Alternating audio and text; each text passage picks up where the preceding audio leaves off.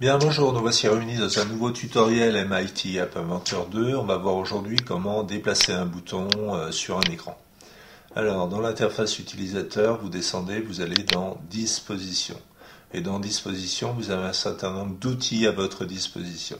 Vous avez l'arrangement horizontal qui permet de mettre des boutons sur un axe horizontal, donc où vous le souhaitez. L'arrangement vertical et ce qui est très utilisé, c'est l'arrangement en forme de tableau. Donc on le prend, on le fait glisser, on l'amène où on veut. Une fois qu'on l'a amené où on voulait, on va définir. Donc ici, vous avez toujours les propriétés de l'élément sur lequel vous avez cliqué. Je vais lui mettre par exemple 5 colonnes et puis je vais lui mettre, mettons, 3 lignes.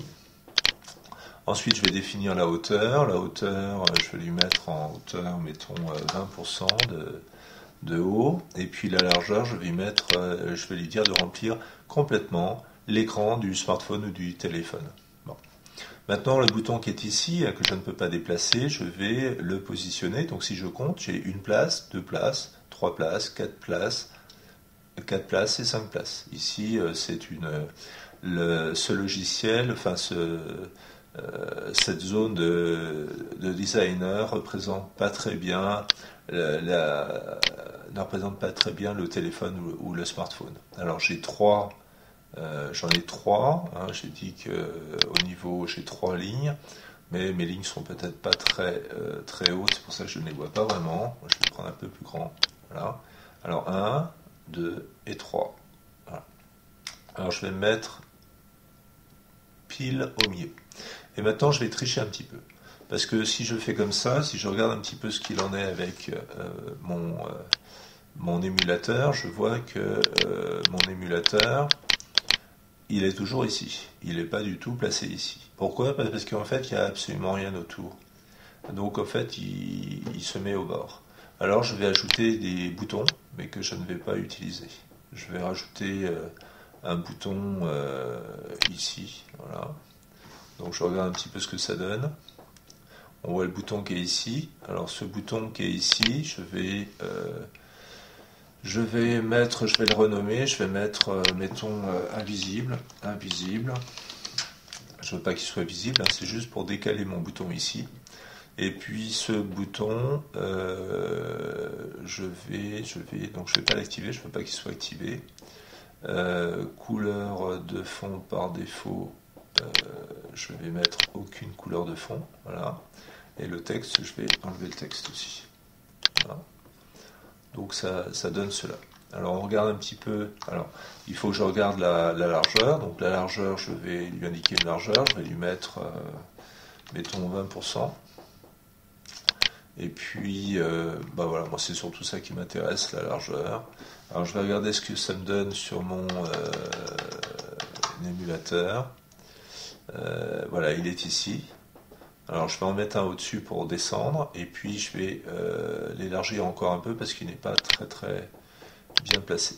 Alors le bouton invisible, je vais lui mettre 35%. Voilà. Ce bouton invisible, je vais en mettre un autre. Hein, je vais en mettre un autre au-dessus.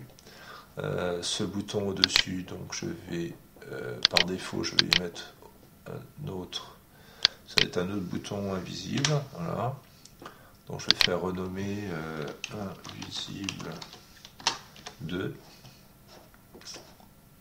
Ok. Donc l'autre, vous avez vu qu'il a mis un underscore invisible 1. Je n'avais pas mis le underscore, mais il l'a mis automatiquement, c'est obligatoire. Et puis sur cet invisible 2 qui se trouve au-dessus, je vais lui mettre une certaine hauteur. Alors je vais lui mettre par exemple 15% de haut. Donc il me décale le tout.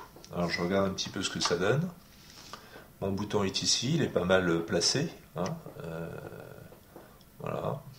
Alors si je veux le décaler encore un peu, eh bien je décale tout simplement celui-là. Alors je vais retourner ici, dans l'arrangement du tableau. Au lieu qu'il y en ait 5, je vais en mettre plus que 3, mettons. 3 colonnes. Voilà. Donc 1, 2 et 3. Alors je peux très bien en mettre que 2 d'ailleurs, et puis pousser l'ensemble. Hein, 2. Voilà. Alors 2, je crois que c'est pas une bonne idée. Le bouton, je vais le mettre ici, celui-là, je vais le mettre ici. Donc je reviens ici, je vais y mettre 2. Voilà. Je regarde ce que ça donne de nouveau. Voilà, il est ici. Alors si je regarde un petit peu ce qu'il en est, celui-là, il est à 35%. Mon bouton ici fait 20%. 30 et 20, ça fait 55%. Il n'est pas tout à fait au centre. Comme il fait 20, c'est 100% la largeur totale. 100 moins 20. Il reste 80 de part et d'autre. Donc celui-là, il faut que je mette à 40 si je veux vraiment qu'il soit centré, mon bouton. J'aurai 40, 20 et 40. Alors je regarde ce que ça donne. Voilà. Donc il est parfaitement centré. Si je clique dessus, un clic dessus, il passe au bleu, un clic, il passe au mauve. Je vais voir le programme.